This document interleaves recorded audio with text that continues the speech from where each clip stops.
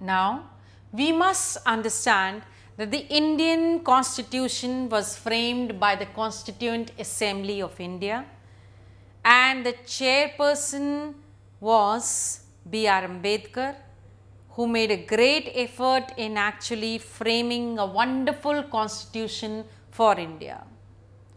Now, why should we accept the constitution which was made so many years back even today? Now, we must understand that it was not the work of one individual. It was the work of a board, a member who actually understood the people of India, who understood the problems of India, who understood as to what the aspirations, hopes and aims of the people of India are. So, they were well versed in the soil of India, and whatever they wrote is even justified by the people even today. The Constituent Assembly at that time represented all these sections of the people, that is, various groups constituted the Constituent Assembly. It was not just the rich or the poor or the untouchables or the high class or the rurals or the urbans. People from all walks of life had their equal representation in the Constituent Assembly. So, there is an equal space, equal aspiration, hopes which have been fulfilled of the various people of India. Then the Constitution was also written in a very systematic manner. It was done in a very democratic manner, in a very systematic manner. Therefore, whatever the Constituent Assembly wrote at that time is valid even today, because they were the people who were there in and out of India.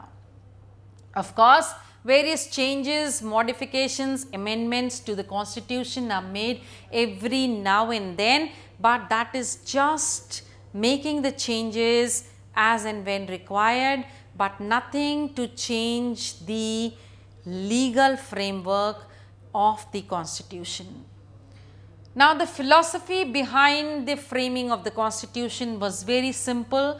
That is, the people were inspired by the values of freedom struggle, liberty, equality, wherein they were looking for all kinds of sharing power. The preamble of the Constitution says it all, and it says, we the people of India are sovereign, socialist, secular, democratic republic. Let's try and understand each word in detail, what the preamble says. Sovereign. Sovereign means that the country is free to make all its internal and external decisions. There is no power which can restrict us in making any policy that we feel like. Socialist. Socialist, that is, the entire wealth of India shall be divided equally amongst its people. All the power generating or wealth generating sections shall be in the hands of the government. Secular. Secular, where all the religions are treated equal and the state does not have any religion of its own.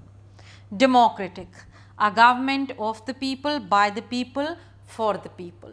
That is democracy. Republic, when the head of the state is elected by the people and is not a hereditary ruler, is a republic. So, just understand that the preamble of the Constitution of India says it all, what the Constitution of India is all about. Sovereign, socialist, secular, democratic republic.